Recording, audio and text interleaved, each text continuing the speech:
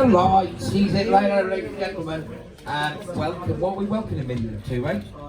You do the talking, because I'm fucking... Yeah, 1, 2, yeah. Okay, it's working. Welcome everybody. This is our Ones to Watch show. We are very, very excited about this. Very. We're just going to give a little bit of background about what we're about and Sounds Proper and how we got here. Sounds Proper started in the lockdown when nobody could go to live comedy shows, and we started offering a free Sunday show every week, and we were showcasing different comedians. We then started an open mic, and one of our philosophies is really watching comedians grow, helping them to develop. So this is our development show of 3 up-and-coming comedians that we spotted and have done our open mics. They have done our Sunday showcases online, and then when lockdown started to ease, did our live shows. 2 of them have done the live shows, haven't they? 2 of them have done the live shows. I mean, they're lovely acts, you know, and you guys are all going to be nice to them, aren't you? Aren't you? Because I will get you if you don't. I'm telling you, be nice.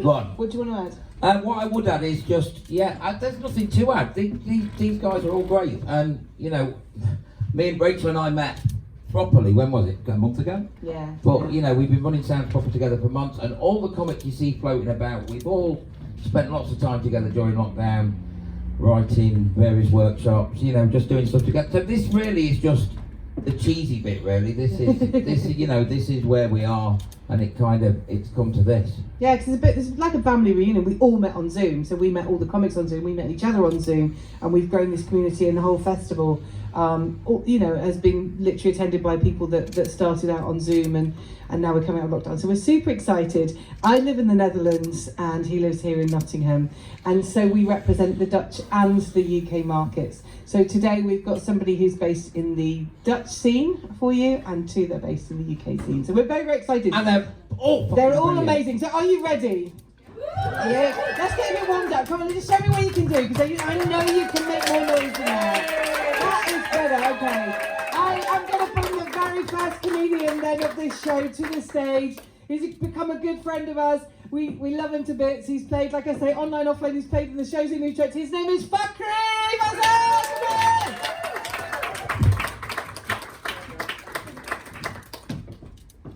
Hello, hello. How are you, Nottingham? Finally. I love that I came to do comedy here in Nottingham, because this is where my wife is from. Thank you for applause. So actually my wife is from here, and she's Bulgarian. That's majority of Nottingham residency. But yeah, so just a disclaimer, actually, guys. My English is really not the best. So my English is really as broken as you can hear. And so actually my English is broken to the point that when I watched The Crown on Netflix, 4 seasons, I didn't understand anything apart from like fuck off. That's the only thing I understand. And also my English is really bad. That's in high school they asked me to write a composition about forest. So actually I didn't know what does it mean, forest. And I thought that the superlative of 4 is like 4 for a forest, like happy, happier, happiest. So yeah, I'm just trying to imagine what I wrote in there. And actually, the worst thing, that's my teacher give me 7 out of 10 for that shit I wrote, which is like, that makes sense. So my English was really bad, to the point that my wife one day, she told me, I understand where you're coming from. And I told her, don't you ever disrespect my country. And I was like, okay. My country, yeah. I'm from Sudan. Thank you. If you don't know where Sudan is, so you colonized us for like hundreds of years, but still, you don't know where Sudan is. That's not nice of you, but yeah, so Sudan, if you know what's happening in Sudan now, if you saw the news, there is a military coup which is a word in English that never happened in English. And so now there's no internet for like several weeks, and it's really going bad. But I don't blame the colonization for this. I don't blame the UK. It's our blame. But I really blame the UK for one thing. I blame the UK for my English, because you colonized us and then you left us. You didn't even teach us the language. That's just fucked up of you. And you just left us with one thing, that's a tea with milk. Like, why you left us with this? Like, you did all colonization, same like the French. They left Algeria and Tunisia, and they teach them at least language that they can brag about. But for us, you just left us high and dry. And left us with tea with milk. That's the best that we can get out of you. So so another disclaimer, that's actually I'm not funny. So sorry to disappoint you. And so they just got me on the festival because of diversity. You see, some diversity in the lineup, so that's me.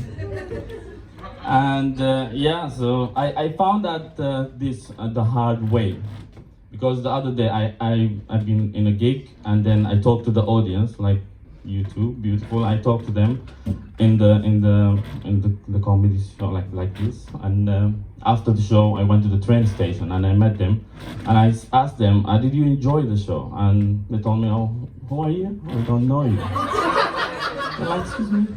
I just performed inside the comedy show that you. I was talking to you.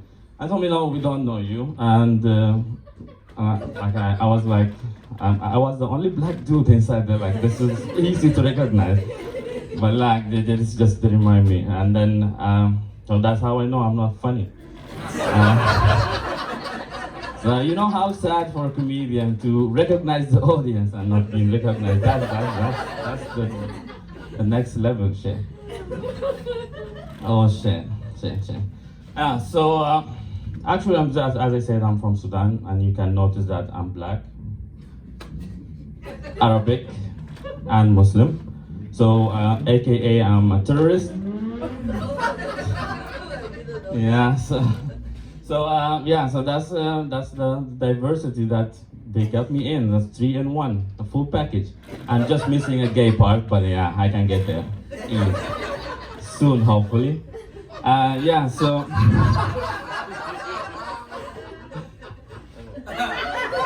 Thank you.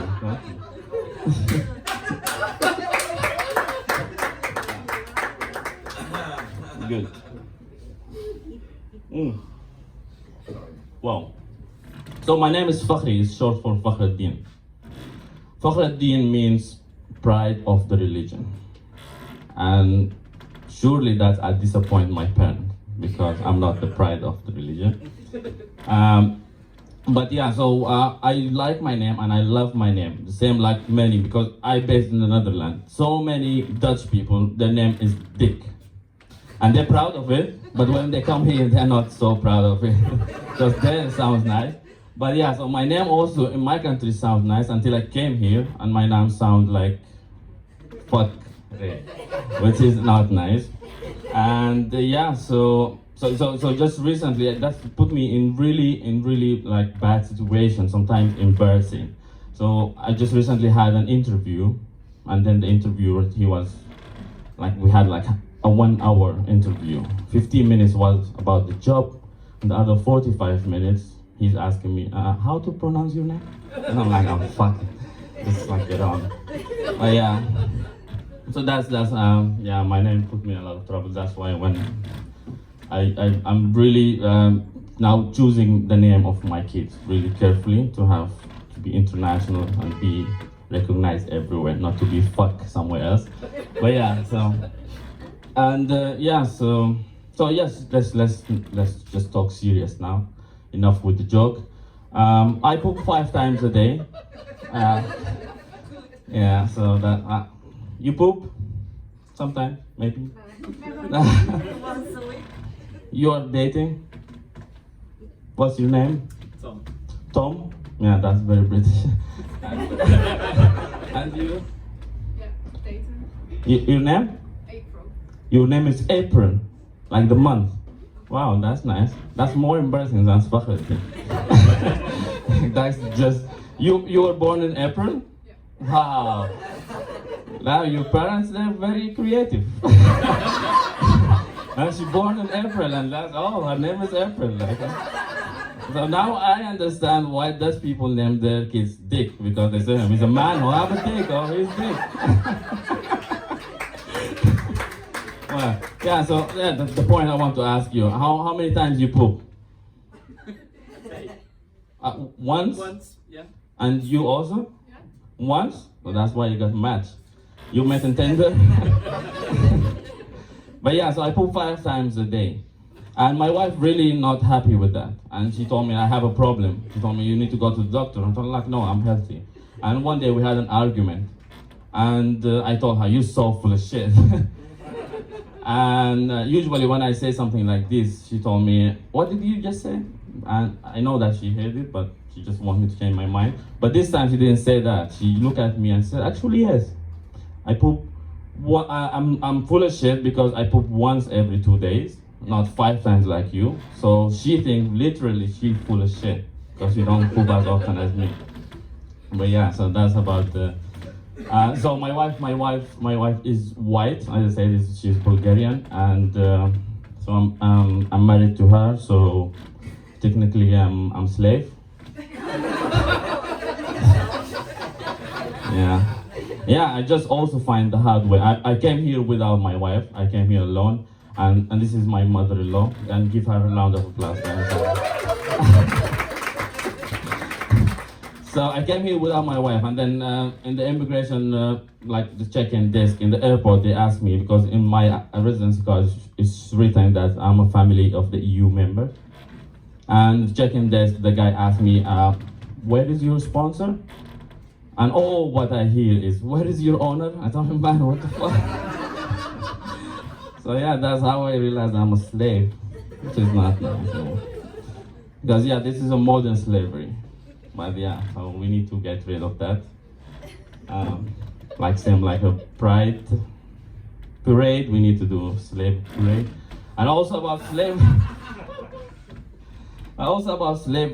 just in the Netherlands now they have this big festival called Sinterklaas. Yeah, so that's the most racist holiday in the Netherlands, because they just make a slavery in a big picture. They have like this white man with a beard and a horse and coming with the black pigs, which is a lot of them, and in a boat. So that's really slavery in a short. Yeah, so and they said that this black pig actually came from Spain, and I don't think so, because I went to Spain and there was no black people. But I think they were thinking that, oh, they came through Spain, but not actually from Spain. But yeah, so so I'm a father now for 8 months. Thank you. And yeah, so pregnancy is really hard, guys. It's really hard. It's not easy. Let me explain that. If you're planning to have a kids, April and Tom, yeah, you need to think carefully about if she's pregnant. You need to think carefully about what you say. You don't want kids? Well, so man. I think you will break up after this, because you are not happy about that reaction, right? No, I'm happy. You never talk about this, Tom? Talk about it later. You talk about it? Okay, that's good. But yeah, so pregnancy is really hard, because you need to really think about what you say and what you don't say, because what you don't say is more important. Because there is a hormone and everything, and the woman really get emotional. I understand that.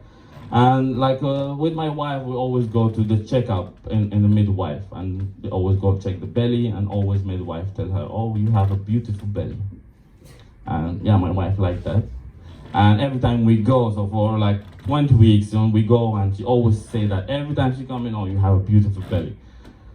And one day my wife, she looked at me and she said, you never told me that I have a beautiful belly. And then yeah, I said, Actually, I don't know. I don't know because I think every pregnant woman, everyone will tell her you have a beautiful belly. I don't think anyone will go to pregnant woman and tell her, okay, you have such an ugly belly. Where did you get that from? No, I don't think no one will say that. Yeah, when I told her that that day, I just slept in the backyard. So you need to be very careful. But yeah, so fast forward to delivery day.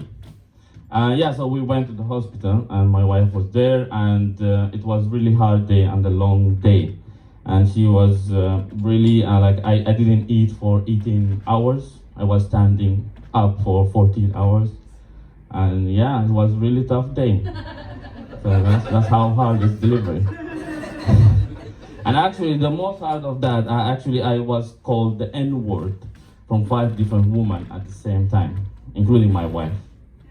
I'll just tell you the story, and then yeah. So I was in the delivery room. So my wife was pushing, and I expressed verbally my back pain.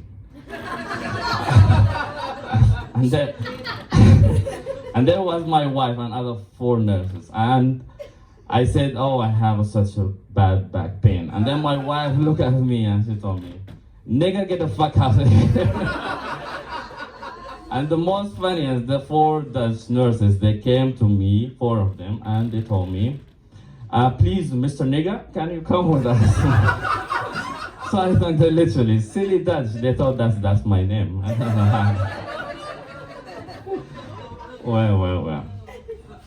So yeah, so since that day, actually, my life changed completely. Not from when I called the N-word, but since I had a baby, everything changed in your life. The way you sleep, the way you eat, and actually you grow something you lost long time ago, your virginity, because you don't have sex after that for 6 weeks. That's enough time. Study shows that's enough time to grow up your virginity. But yeah, so I've been there, done that, and never again. So I'm now agreeing with you. Yeah. Well, speaking of niggas, me as a positive black person, I was always thinking, like, they're always white privilege. There must be something that's for black people. There must be black privilege at some point, at least one thing. So during the lockdown, I was thinking, what will be black privilege? So during the pandemic, it was really easy for us to maintain social distancing, because when we walk on the sidewalk, white people just cross the other side. So with social distancing, that's easy. So yeah, and also, like, you see that now when I'm shy or I'm really nervous, you cannot tell, because I'm blushing now and you cannot tell. I don't tell that. So that's about it. That's about black privilege. So we don't have anything else. No job, no other stuff. That's white people have, but yeah. And also, like, I have so many questions during quarantine that I want to ask, and one of them actually is I want to get the answer from the British people. Why the letter W start with a D? That's the thing I always ask myself, but I don't know why. Are you British, right? Yeah. Why you don't tell me why that happened? Why not like the other letter? A is A, B is B. You create this language and now you don't know. So that's one of the questions that I think that's the mystery we'll never get an answer for. Well, yeah. So I think I'm losing you guys, right? I don't know if you're laughing or you just not happy. Yeah. Great. I like how, because give her a round of applause because you're wearing a mask like the only person. Right? What's your name? Louis? Okay. Nice. You're British, right? Yeah. Nice. Nice. We could be a cousin, no? Because if you know that if your great grandparents he was in Sudan, yeah, we could be a cousin, no? Yeah, I'll check that. Yeah, I think enough with the negative things. So I want to talk about more positive stuff. I want to talk about suicide. So a study shows that actually suicide and death rate actually is higher in the first world country more than in the third world countries, right? So study shows that, and they said because we don't know why, but I did my own study and I know why. There was two reasons for that. One reason, why people are crazy. Because they do so many crazy stuff, like they go bungee jumping for fun, and they go zip lining and skydiving and swimming with the shark. How the fuck you go swim with a shark and you don't want to die? So you cannot do this. And you go camping. So for me, as a black person, that's the highest I can get. Stage, like half a meter, that's my max. But yeah, so that's why. The second reason why people are boring. So let me explain that. Because I am, okay, and because I left in the both countries. I left in Sudan and I left here in Europe. So I know that, for example, here, when you wake up in the morning, you switch on the light, and there is a light in Sudan. You switch on the light, nothing happens. In Sudan, you go to the bathroom. After you woke up, you go to the bathroom, right? You go to the bathroom, right? After you woke up, or you have sex? Morning sex? No? Oh, you're missing a lot. You should try your morning sex. So that's good. But yeah, so yeah, we go to the bathroom, you turn on the tap, water comes out. In Sudan, you turn on the tap, nothing happens. So you see it different? And yeah, so you go to the bus station or train station, and you get the bus. Bus come on time, by minute. In Sudan, you go to there is no bus station, actually. There is no bus coming. So yeah, so you hardly make it to work. But then when you go to work, you can have a nice coffee, you have a chit chat with your gay friend, maybe gossip or something. In Sudan, you go, if you reach the office eventually, we don't have gays because the government already everyone in the closet, so the government just still lock the closet and throw the key in the river. So we don't have gay yet. Yeah, so you see where I was going. So yeah, so we always have this, like we always have something to look forward to. We need to be at least like a pet in Europe, in Sudan. So we always want the best yet to come. Here you have a boring life. So after you have everything, and you did that for 5 years, you say, actually, I'm done with that. So let me just kill myself. But yeah, I want to tell all people that want to kill themselves, please don't take your own life. Book a ticket, go to Sudan. We'll take care of that. Or you'll change your mind. Okay.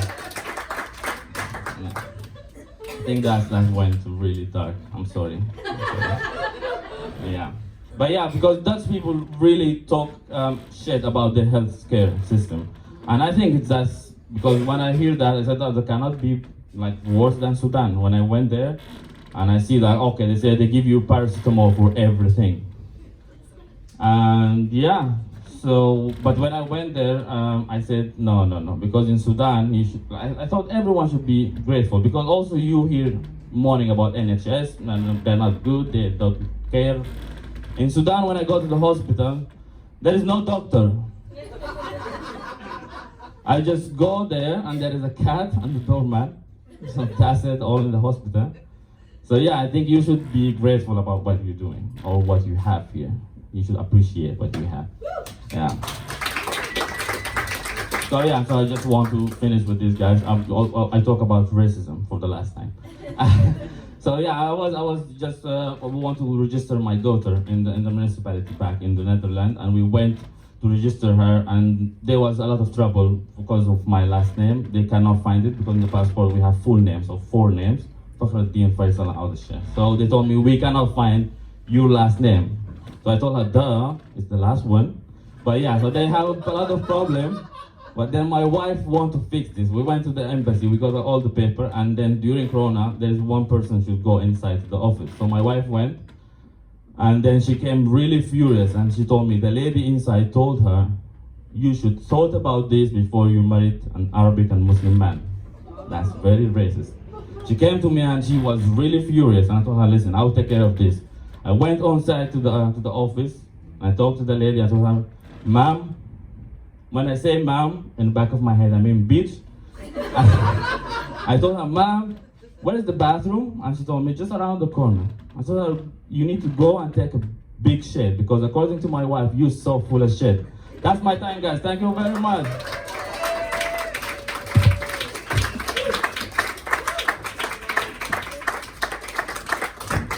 Round of applause for Factory, ladies and gentlemen.